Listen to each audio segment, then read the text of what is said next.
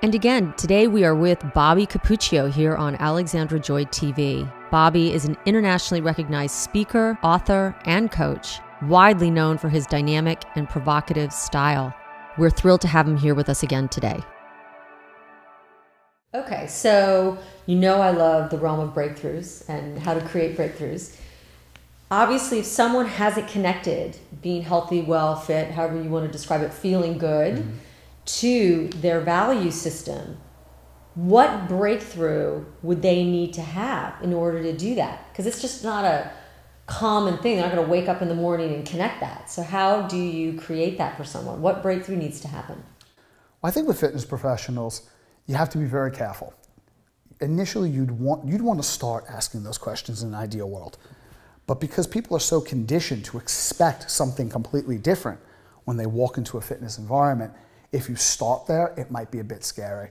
I think the very first step is what can you do within the very first session or sessions to give that person something, again, that is challenging, yet within their scope of ability, paints a picture of where they can go, and is enjoyable. It's something that they don't have to compel themselves to do, because that internal struggle and that execution of will, it never lasts very long.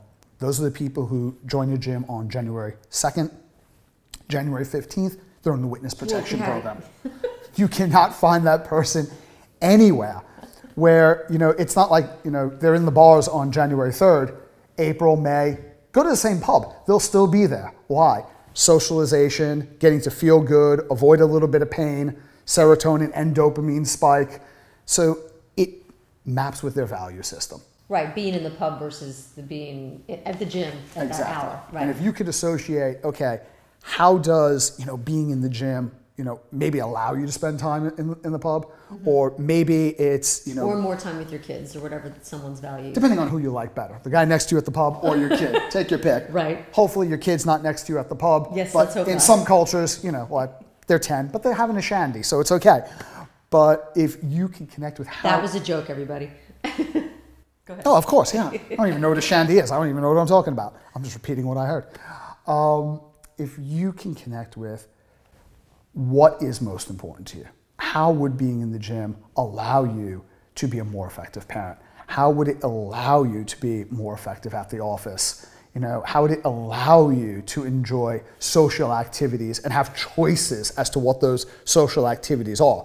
Because it's not about the pub, it's about what the pub does for you. It's not about the gym, it's what the gym does for you.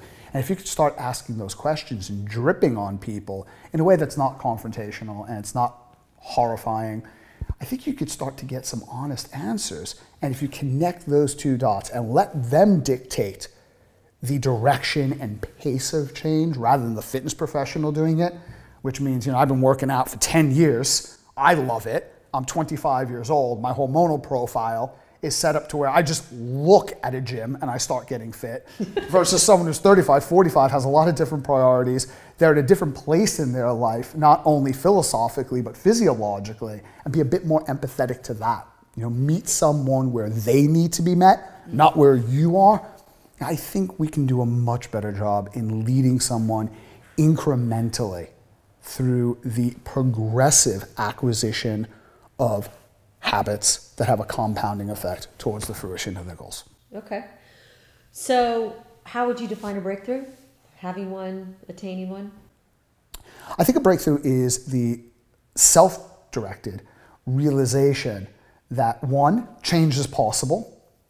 Number two, I am capable. So I have the self-efficacy. I define self-efficacy as the intrinsic belief that I am capable of initiating and sustaining an action or course of actions in correspondence with the desired outcome. And three, I am ready to change. This is something that... So you think that a readiness needs to be there for a breakthrough to kind of occur in someone's life? Yeah, because if you take, they did a lot of research about this in smoking cessation trials. And Dr. James Petraska, who coined the term the trans-theoretical model of change, talks about the 5 specific stages of change that people go through. The first one is pre-contemplation, which pre-contemplation is either, look... Just thinking about it. Not even. I won't. Resisting it. I either believe look, I don't have to change. I know that other people think I do, but I'm good. Then you have the more painful part of pre-contemplation, which is I realize there's a problem, but I can't change. I don't think I can. And then you have contemplation, which is I might do this. This is something that I might do. And then you have preparation, which is like I'm going to do this, but maybe not today. Maybe next month, maybe no. And you have to give people that space, and you have to help them. I think one really powerful tool is called a decisional balance sheet. And that's very good to do with people, have people do it on their own. Sometimes what we're scared of is so horrifying. It's kind of like the monster under the bed when we were 5, There's ways of dealing with that. Now, if it's still there at 25, that's a whole different issue. But the monster under the bed is so horrifying because you never see it. Right, and we all have monsters under our beds over things we can't see. Exactly, and when you get clear on, okay, I'm either going to go 2 directions. I'm either going to make change or I'm not going to make changes. Now, if I make changes, of course there are going to be disadvantages and there are going to be advantages. And if I don't make changes, well, there are going to be disadvantages, but there are also going to be advantages. So you have disadvantages and advantages to both. If you can see them on paper, sometimes people start to realize, okay, the disadvantages may not be as horrifying as I thought they were, and let me see if I can substitute those disadvantages and make up for them in a different way, and maybe the advantages are really aligned with who I am and what I want. But people need to be, they have to go through that. They need the space, they need the permission, not from us, from themselves, to go through the process. Okay. So now to you. Me? You, Bobby. What would you say has been your biggest breakthrough in your life? My biggest breakthrough has been the realization that I can alleviate my own pain and suffering by taking my attention off myself. That the only way out was up. Or out. The only way out is out. Away from ourselves. Which is counterintuitive. Yeah. Usually we just work on ourselves and focus on ourselves. We go down and in. And we get so self-absorbed and wrapped up in probably the very thing that's creating a level of duress in the first place that we never seem to make a breakthrough, as you said, where a lot of times you focus on something that's far more important than me. And I think that's where a lot of times the freedom lies. That's a lot of times the level of meaning that no matter whether things are going right or wrong, because there's always going to be struggle and there's always going to be reward. You're always going to have that balance. But when what you're doing is so personally important to you and so significant, you'll embrace both equally. So when have you had that shift? I had that shift when I was probably about 19 years old. I was working for an individual at a Gold's Gym, and we got really, really close. And he was just talking to me about moving up and going into management. And he's like, oh, I think you'd be great running a department. And I was like, well, I'm really comfortable where I'm at. And I thought we were just having a conversation. The next day he fired me. And I was living on my own, so I had a lot of bills to pay. And I was like, oh, I'm fired. He's like, well, yeah, if you're not going to learn all aspects of the company, there's no room for you here. He said, but you know what? I heard that tomorrow we're interviewing for a management position. Why don't you pop in and apply for that since you're unemployed currently and see if that works out for you. So he pressured you to coming back in and applying for a job you didn't want? Is that what you're saying? Yeah, that wasn't very nice. So that's a breakdown. But that was a breakdown. Yeah. So I came in because he made sense. It's not like I've got much else on tomorrow. And I went in and I got hired. Surprise, surprise. And my very first job, we kind of had our quarterly meetings. We had a couple of hundred people in the room because there was a few facilities. And he completely sabotaged me. Not sabotaged, but he set me up again. So, well, Bobby just got promoted to management, and he's going to get up here and tell you what he's going to do to make this company a cooler and more dynamic place to be, and ultimately more profitable. Bobby, come on up and tell us what your plans are. I had no idea. I hadn't even had a training program. So I got up, and I don't know if you've ever had this experience in front of a room where it's your turn, Yeah. You get up to speak and your brain sits right back down. Oh, I've done that a lot.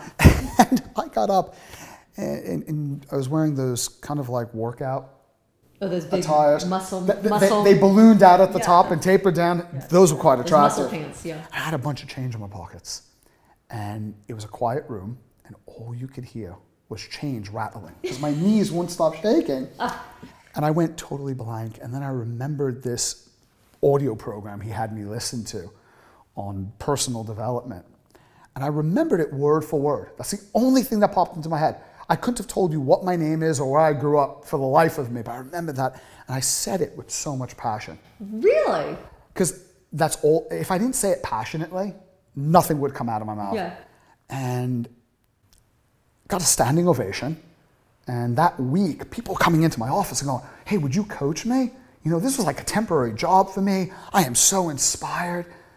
I said, wow, I can contribute to something beyond myself. Something that, because it was, after it was over, I felt such a sense of accomplishment because I really felt that people were impacted. And I felt elated. I had not felt that exact sensation ever in my life. And then not only did I value that, but other people valued that.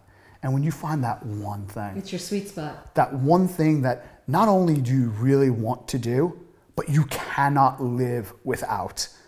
So I would go around after that and I would volunteer to speak for people for free. And I'd sleep in my car in the winter because I couldn't afford a hotel. 19-year-old kid. I was like, just let me speak for you. You don't have to pay for my hotel. And I'd sleep outside the event in my car freezing because that's how important it was. And when you get to that point, whatever it is, and not everybody wants to be a speaker. For some people, it's that newborn. It's that level of importance. Yeah. For some people, it's work because they deeply believe in what they're doing. Or maybe it's not the work in and of itself, it's what that job can do for their family. But you get to that point where this is something I cannot live without, and you immerse yourself in that. At that point, it's not a matter of if, but when results start to show up. Well said. So what would you say your mission is? Well, my mission is to help other people clarify not where they want to be. I hate that question. That's a whole different story. But who they want to be and how to bridge that gap. With where they are to with who they want with to be. Their ideal self, the best version of themselves, and their current reality. And I love doing that through health and fitness, not just because I have a background in it, but I believe, for a lot of neuroscientific reasons, that changing the body and affecting the body is the most powerful way to affect the brain, because they're inseparable. For all the things we hear about mind-body, that perplexes me, because you can't affect the body without affecting the brain, you can't affect the brain without affecting the body. And if you can change your body, the changes that take place in your brain, it's almost like giving yourself the hardware to make inspiring levels of change that may be unprecedented at any other point in your life. That's great. I think it's cool. So, given you have a passion for helping people, would you share with us your most inspiring story that you've had with a client? You know, someone that you actually closed that gap of ideal self, or help bridge that gap, ideal self to where they were versus ideal self? God, I hate that question for so many reasons. I think, one, my most successful client stories have had nothing to do with me. You know, a lot of times it was nothing more than my belief in their ability to change. Right. And asking them questions. They made the changes. Absolutely. But how, so speak to that then. The space you have to be, the space you're in, your belief, what you bring to the relationship. Because it's a relationship. I think the best client story I would have is one that ended in tragedy for the client anyway. I mean, they made it, they're okay. But it wasn't something I did right, it was something I did terribly wrong. You did? Yep, I was a young trainer and completely filled with motivation. And I considered myself, because I was trying to live up to everybody else's expectation. Everyone in the club said, you're the motivator. You're the best motivator in the gym. If you're the best motivator in the gym, you're probably one of the worst trainers. And if you're the best motivating coach. You also have to be careful. Because it's not about motivation. Yeah. It's about commitment. Motivation means nothing. Because I can feel motivated one day and, you know, based on the foods I'm eating, the amount of sleep I have, an event that happens in my life, I can completely be unmotivated the next. Right. Commitment is enduring. It's more intrinsic. It's about inspiration. And inspiration is something you draw out. It is not something you put in. And I had this guy, Jay. This guy had lost over 200 pounds. And he still had a little bit more to go. And I motivated him, and I motivated him, I motivated him to the point where he went out and joined a workout, pushed himself so intensely, he got injured. And I took that so bad. And I was so hurt by that. Not as hurt as Jay, to be fair. And, you know, he recovered, but he had such a relapse after that. And he felt that that was a personal failure of his. He never thought, you know, my trainer's like a young 19-year-old idiot. That's my problem. And he gained back so much weight. And he went into a complete depression. And I knew the truth was I was responsible for that because I wasn't letting him set his own pace. It was about me being the hero of his life story. It's completely backwards. And after that, I said, well, yeah, it's important to understand, you know, energy systems, physiology, biomechanics, functional anatomy. But what is most important is understanding the psychology of why people do the things that they do and why they don't do the things that you think they should do all the time, or even the things that they think they should be doing. Where's that conflict? And how do you not push them across their finish line, but lead them? And that's two totally different things. And Simon Sinek, I'm paraphrasing, but in his book, Start With Why, said that leaders need to be able to do two things. One, identify a future that does not yet exist and communicate that in a very clear and compelling way. So as a leader, we need to help our clients cooperatively, with our help,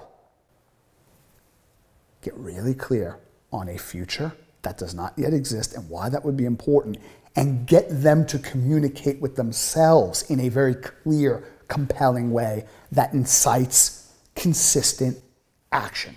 Which then relates to connecting their values, if they're not already connected, their value system to the benefits, let's say, of being healthy and fit and well. If you align your behaviors with your values, it will take more to stop you. Yes, right. Okay. Right. Than it would to just have you derail yourself. Where if you don't connect behaviors to values, you're going to constantly struggle. You're going to constantly rely on discipline, willpower, which very often, despite how much we love the discipline and willpower stories in our society, fails. It'll fail neurologically. It'll fail ideologically. You cannot win an intrinsic war that you wage with yourself. People do a lot of things that take a lot of time and energy and planning. You know, I mean, think about a wedding, how much time and energy and planning and how all-consuming that is and how stressful that is. I mean, I've known people that were getting close to a wedding and you didn't even want to go near them during that time period. You think they would be joyous, but they were very stressed. Why do we endure it? Because there is a value system there that drives us forward. So these same people, I mean, going to the gym and getting a workout in comparison to planning a wedding is nothing. But we'll make any excuse not to do that. Why? Because we haven't gotten clear on what is the value that supports this. Yes. Right. That's great. So Bobby, you're young, but I'm going to ask you a important question. You're kind. What's your legacy? What's the legacy you want to leave? I think the legacy that I want to leave is basically what I do every day. That I was able to use multiple mediums, you know, articles, books, seminars, now internet and social media, to help people in a safe way, not in a threatening, confrontational way, identify what do I really, really want? Why is that important? What they really, really want. What they really want. Mm-hmm. You know, I mean, my problem with self-help a lot of times is they tell you, you gotta think for yourself, don't do what the masses are doing, be successful. And then they lay out for you what success is supposed to mean for you. Or look like for you. Yeah, hold on. Well, what if that's not my value system? You know, what if my value system is I'm a stay-at-home parent? Am I any less successful than someone who goes ahead and builds, you know, an empire that made them a decamillionaire? Well, it depends on what you value. If, you know, that empire and that business was my value system and I'm a stay-at-home parent, well, I kind of missed the mark. If it was, you know what, I'm going to invest all of my experiences, my accumulated knowledge, my love into this beautiful little person that's going to grow up and contribute to the world, the contribution can be just as or magnanimously more significant than just the business itself. So it's a matter of how do you want to contribute and how do you get there? What are some of the tools that you have at your disposal? So you want people to kind of embody that. You want to leave the knowledge behind. You're back to your legacy where people can do that for themselves. Yeah, I don't want to be your leader for any longer than I need to. I want to help you become the leader you require. Okay, got it. So I am going to ask you some phrases and you're just going to fill them in for me, okay? Okay. Please? Okay. I'm starting to get nervous. Fitness is? Rubbish. Fitness is rubbish, okay. Health is? Freedom. Breakthroughs are? Intrinsic.